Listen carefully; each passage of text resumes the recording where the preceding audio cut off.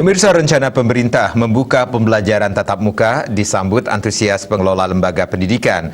Rencana tersebut pun direspon cepat dengan mempersiapkan sarana prasarana pendukung protokol kesehatan di sekolah.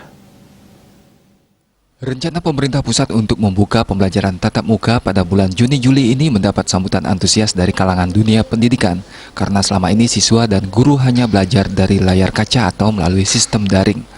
Belajar dengan sistem daring pun memiliki sejumlah kelemahan dan diharapkan melalui dibukanya pembelajaran tatap muka ini bisa kembali mengobati kerinduan siswa dan guru untuk berinteraksi kembali. Namun rencana itu harus disambut dengan mempersiapkan segala sesuatu dan sarana prasarana pendukung protokol kesehatan.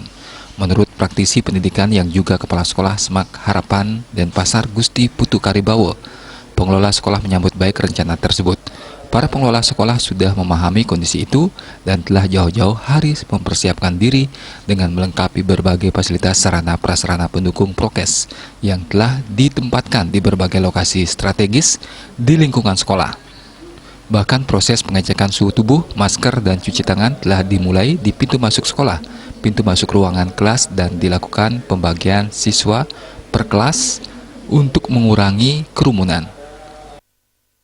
Penerapan prokesnya begitu mulai dia masuk di di pintu gerbang, sudah ada yang akan mengecek suhu, kemudian dia mencuci tangan, kemudian begitu akan masuk kelas, guru-guru juga sudah akan mengecek suhunya lagi.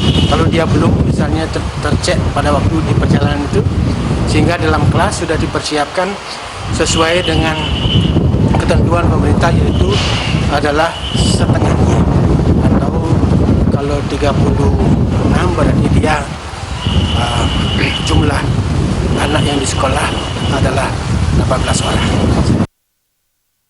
Dengan menerapkan protokol kesehatan yang ketat tersebut, diharapkan baik siswa maupun guru merasa aman dan nyaman dalam proses belajar mengajar, sehingga proses belajar mengajar secara tatap muka bisa berjalan dengan maksimal.